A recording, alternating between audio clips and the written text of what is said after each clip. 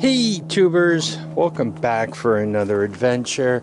So after you unload a pile of junk like this from your truck, the next step is figuring out what you actually have here. Are you going to keep it the way it was built, or are you going to take it apart and use it for pieces, parts elsewhere? And to that end, you need to figure out what you got. Is the engine any good? Is it put together in such a way that it's usable or fixable? So let's undo this pile, see what we got, and then go forward from there. So what we have here is a Carter go-kart.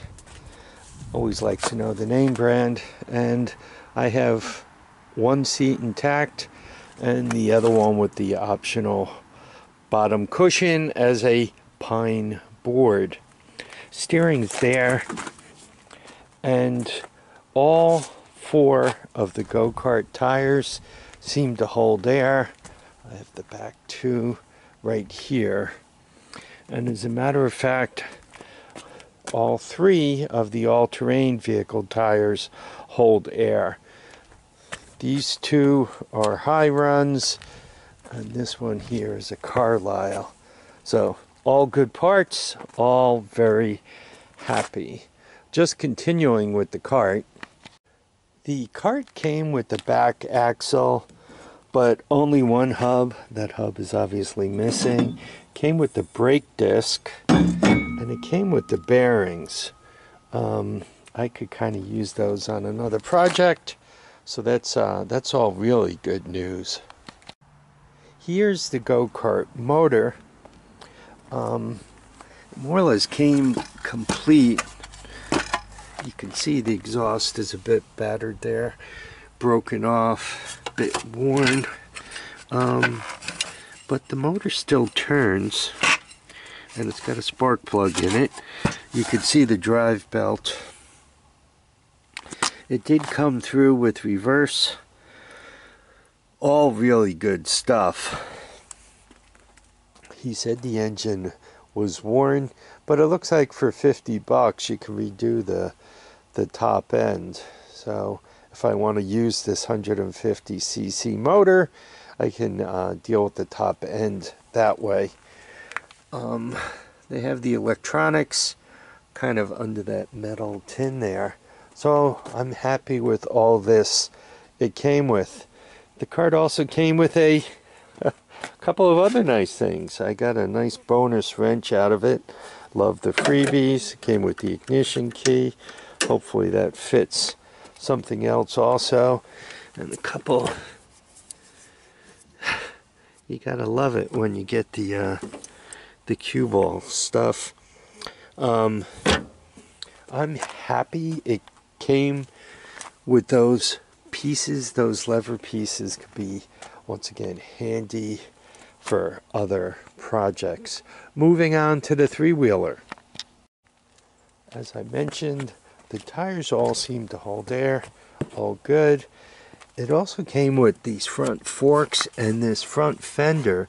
It's got a little paint on it, but the front fender's in perfect condition, and the shocks seem to be functional. I think even the front brake's functional. So that major score. Moving into the tail, you can see it still has the chain guard on.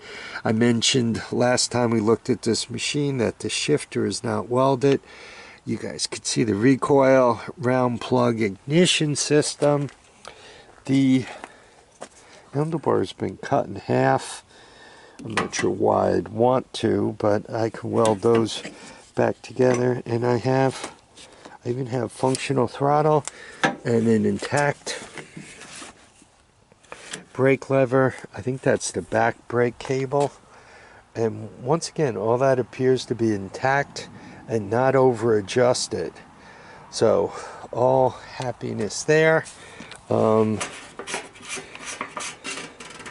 The gas, not that I'm going to use it. Gas smells good. Doesn't no smell of varnish or acid or any of that. It even came with somebody's styrofoam bumper.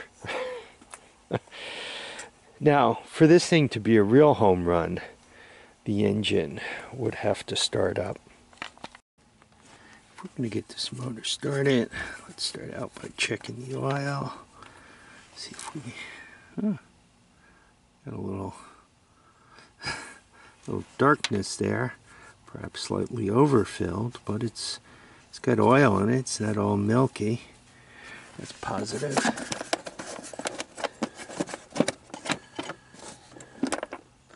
Oh, no rodents. And a homemade air cleaner. They even included spare parts. Nice. Let me get some starting fluid, and we might be able to fire this up on its own ignition. By the way he built it, this cradle, this piece looks like it was here. So he just tacked the three-wheeler to a piece that was already here. And in the front, you guys could see how he hacked off the riser pipe right by the exhaust system there and welded it on. The exhaust is up against this. Not a good thing, but not bad for a this looks like an afternoon hack, so pretty good. Look at that. The exhaust is complete with a spark arrestor.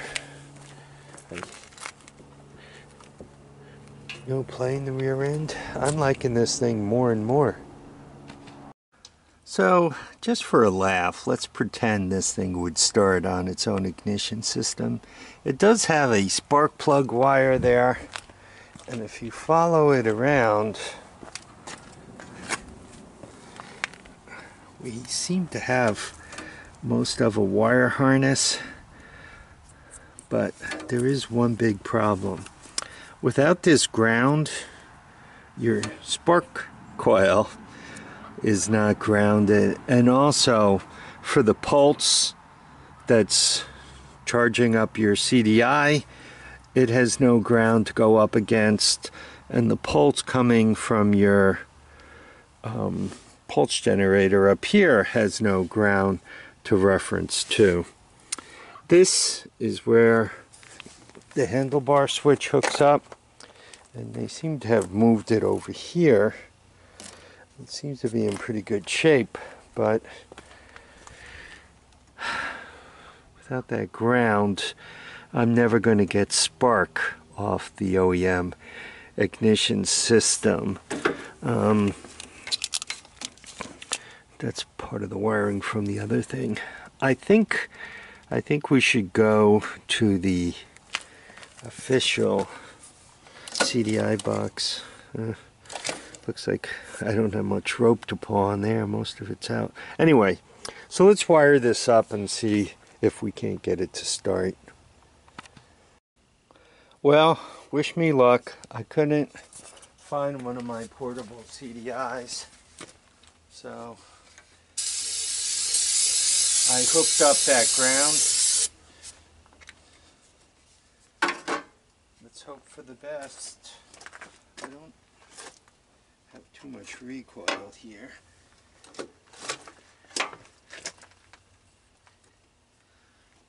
Choke.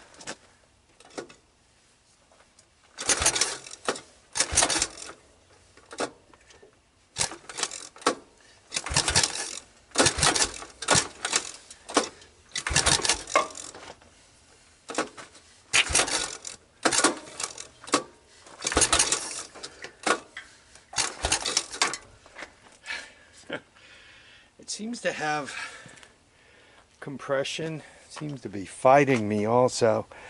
So I'm going to have to put a little more time in with this motor.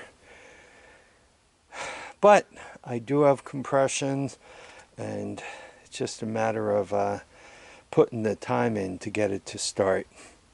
I'm going to end this here. It's starting to get a little long.